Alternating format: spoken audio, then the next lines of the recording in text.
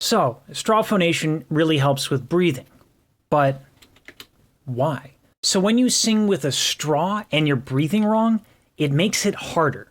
More breath, I gotta get used to this finger thing, more breath equals harder.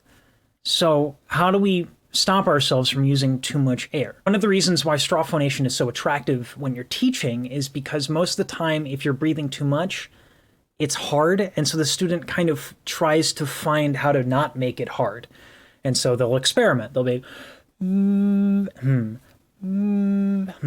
know, and they'll start thinking and asking themselves. But a lot of times, there are ways to make things easier that maybe we don't necessarily want. Maybe we want power.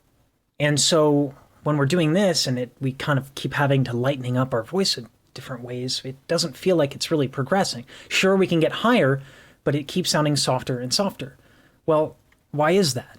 One of the ways that you can go up your registers is you can raise your larynx and thin your folds. And you can do this by just sounding lighter. Right? But you lose a lot of power and you lose a lot of color. And a lot of folks call it falsetto, and some folks think that's not good for what they want to do. Certainly not all the time. Sometimes you want power. Sometimes you want soft. Sometimes you want power. So if more breath is harder and we don't want it to be lighter, how can we make less air come through our vocal folds? Well, it's actually a pretty simple answer. The answer is to expand your chest. I just made a video about this for another student, but I didn't really get into what it has to do with straw phonation and why you want, in general, less air. Okay? As you go up, inherently the folds need to thin out. And as they thin out, they can't handle as much air coming through. They'll flip. And that's what gives that really soft, airy tone.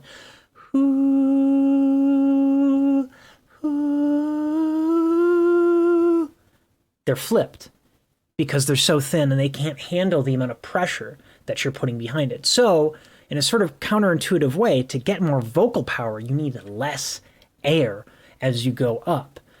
And this is one of the ways to alleviate the tension that you feel when you start going up with a straw. But how do we expand? How do we expand the torso? Well, do this with me a little bit, okay? You're going to inhale.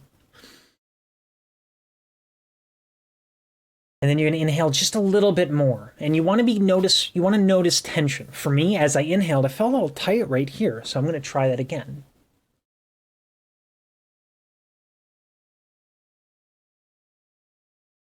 I want to make sure I'm relaxed. I want to make sure that this isn't going up, that this isn't tight. And I'm going to make those observations.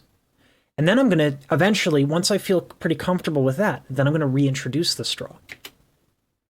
So once we expand and we're comfortable with that, then we reintroduce the straw. What was this before?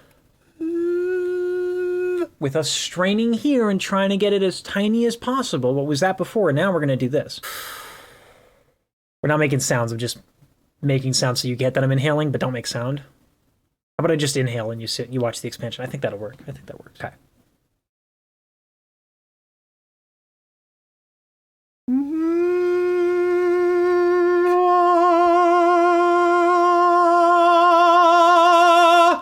I can keep expanding. I can keep getting more volume, and I'm doing one other thing.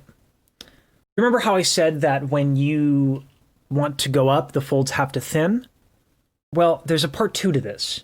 You can use less air, or you can tilt.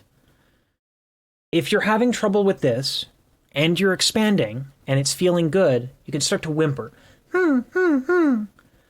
As you go up there. And that exercise will help you facilitate what's called the tilting of the larynx, which that tilt thins out the folds and gets them a little tighter, which will give you more power. It is more akin to like jazz, R&B, anything that's like a little bit more smoother, opera. It's not a belt. That's a different kind of tilt. So just so you know, you can train that, and you should train that, because any good singer can do both.